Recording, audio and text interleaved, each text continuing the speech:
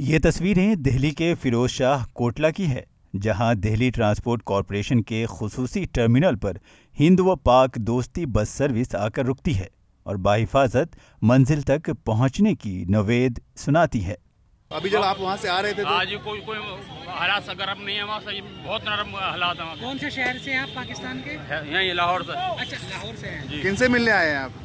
मिलने नहीं आए, हम तो वहाँ से यहीं गए हम तो। अच्छा, गए थे रिश्तेदार से मिलने। 6 तारीख। थोड़ा बताइए कुछ ऐसा वहाँ कैसा लगा? बढ़िया लगा, वहाँ तो कोई हालात गर्म नहीं है, वहाँ के सब लोग बढ़िया। और यहाँ आने के बाद यहाँ भी सही है, वतन वापस। बस हाँ, बस मीडिया वाले उछाल रहे हैं, जो भी कुछ उछाल रहे हैं। आप देख सकते हैं कि किस तरह हिंदू पाक दोस्ती बस सर्विस से आने वाले मुसाफिर अपने रिश्तेदारों को गले लगाकर मुलाकात कर रहे हैं और इस घड़ी को मुसर्रत अंगेज बना रहे हैं। मीडिया में तो आम आदमी परेशान होता है, मीडिया में जो भी आता है, बाकी तो किसी का कुछ भी नहीं होता है।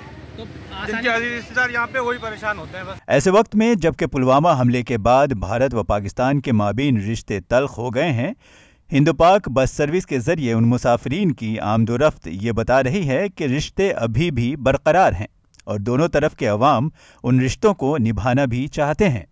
मैं तो यही कहूँगी भाई, सबको मिलजुल के रहना चाहिए। सब उधर की आवाम भी और इधर की बहुत अच्छे से एक दूसरे से मिलना चाहते हैं, आना जाना चाहते हैं और सब में बहुत प्यार है।